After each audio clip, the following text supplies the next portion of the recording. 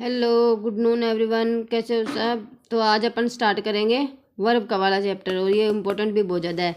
तो देखो verb start करते हैं। Let's start. Conjugation of verb. Conjugation is a process of changing a verb, ठीक है, according to the subject and situation situation to show. ये conjugation क्या होता है, वर्ब का कंजुगेशन क्या होता है। कंजुगेशन होती है process of changing a verb, यानी वर्ब चेंज करने की एक प्रोसेस होती है, प्रक्रिया होती है, according to the subject and situation, subject और सिचुएशन के अकॉर्डिंग। तो देखो ये आगे ये बता भी रखा है कि इसके मतलब इसके कहाँ कहाँ यूज की जाती है, वर्ब को कहाँ कहाँ यूज की जाती है। वर्ब हर टेंस में भी होएगी, डायरेक्ट सब चीज़ों में होती है। वर्ब तो हर एक चीज़ में होती है, जब भी तो ये ज़्यादा बहुत ज़्यादा इंपॉर्टेंट होती है। तो देखो टेंस, ठीक है, टेंस में देखो प्रेजेंट, पास्ट और फ्यूचर तीनों में ही होती है, क्योंकि वर्ब के बगैर तो कुछ होगा ही नहीं। और वॉइस में देखो, वॉइस एक्टिव पैसिव तो बनाते हैं तो वर्ब की ज़रूरत पड़ती है। मूड में देखो इंडिकेटिव मूड और इम्परेटिव मूड और सब्जंक्टिव मूड। और पर्सन देखो फर्स्ट सेकंड थर्ड। पर्सन का तो सबको ही पता है, लेकिन थोड़ा सा और मैं डिफाइन करके बता दूं यहाँ पे। तो पर्सन कौन कौन सा होता है। फर्स्ट आई वी और सेकंड होता है यू दे और third person he see it, ठीक है। नंबर कौन सा, सिंगुलर और प्लूरल। तो यहाँ पे देखो मूड पे आते हैं अपन। मूड है, मूड किसको कहते हैं। There are 3 common mood of verb and each expresses the different attitude and purpose of the speaker. और पर्पज ऑफ द स्पीकर यानी जो बोल रहा है उसका पर्पज क्या है, उद्देश्य क्या है। इंडिकेटिव मूड को यहाँ अपन और डिफाइन करके देख लेते हैं और यहाँ पे अपन समझ लेते हैं। मैं यहाँ पे डिफाइन कर रही हूँ, आप समझ लीजिए। The statement and questions. Indicative mood किसको बोलते हैं, क्या क्या होता है इसमें। स्टेटमेंट होता है और क्वेश्चंस होते हैं। तो इट एक्सप्रेसेस जस्ट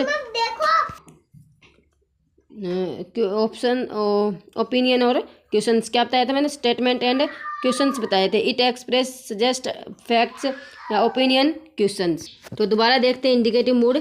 इसमें क्या होता है, स्टेटमेंट एंड क्वेश्चंस होते हैं। तो इसकी यहाँ पे देखो ये यहाँ पे डिफाइन कर रखा है। इट एक्सप्रेसेज सजेस्ट फैक्ट्स और ओपिनियन या क्वेश्चंस। तो इसके एग्जांपल देखो, do you like eating pizzas and strawberries dear, ठीक है। Do you like eating pizzas and strawberries dear.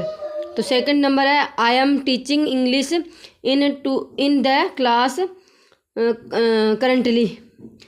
तो इसके एग्जांपल देख लेना, ये वाले और हैं।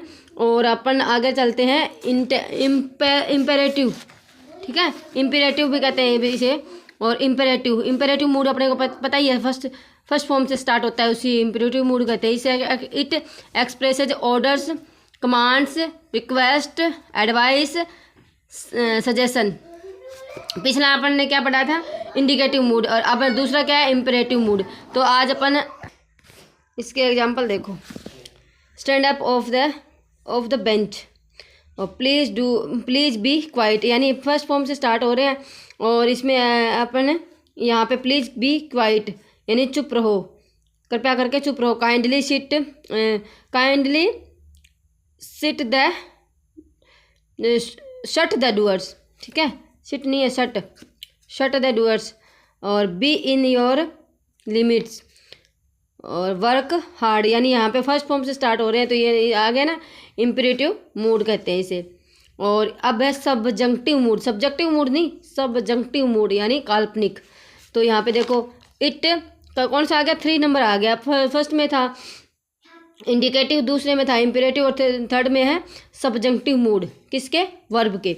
तो इट एक्सप्रेस विशेज या अनरियल हिपोथेटिकल सिचुएशंस या सजेशंस। क्या क्या बताता है, इट एक्सप्रेस विशेज हो, जैसे विश हो, कोई विश करता है किसी के लिए, जैसे गॉड ब्लेस यू वगैरह, ये वाले आ जाएंगे इसमें। अनरियल और हिपोथेटिकल इमेजिनेशन वाले आएंगे इसमें, यानी काल्पनिक दे दिया ना। सब्जेक्टिव का मतलब ही क्या होता है, काल्पनिक होता है इसका, ठीक है। तो हिपोथेटिकल का भी एक तरह से काल्पनिक ही होता है, इसका काल्पनिक ही अर्थ होता है। तो जैसे फर्स्ट में अपने विशेज वाले पढ़ेंगे। तो I wish my friend were A millionaire, ठीक है। और हिपोथेटिकल में क्या, तो यहाँ पे अपन हिपोथेटिकल देख रहे थे ना, हिपोथेटिकल सेंटेंस, तो इसमें हेल्पिंग वर्ब यूज होएगी और ऑपोजिट होएगी। तो if I had a car, इसमें देखो क्या बता रखा है, हिपोथेटिकल वाले आ गए अब, यानी इसमें बता रहा है if I had a car, यानी इसका एग्जांपल दे रखा है, if I had a car I would reach station on the time, on time.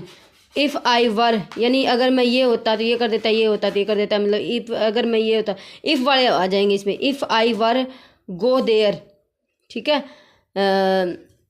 ये दे रखा है कैच,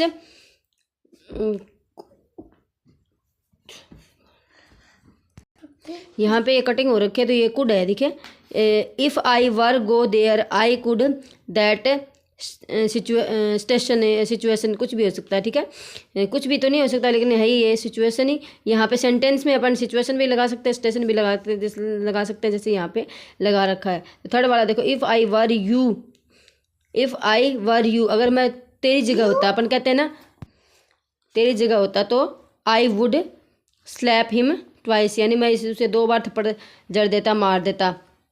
तो ये वैसा ही सेंटेंस है, if I were you I would slap him twice.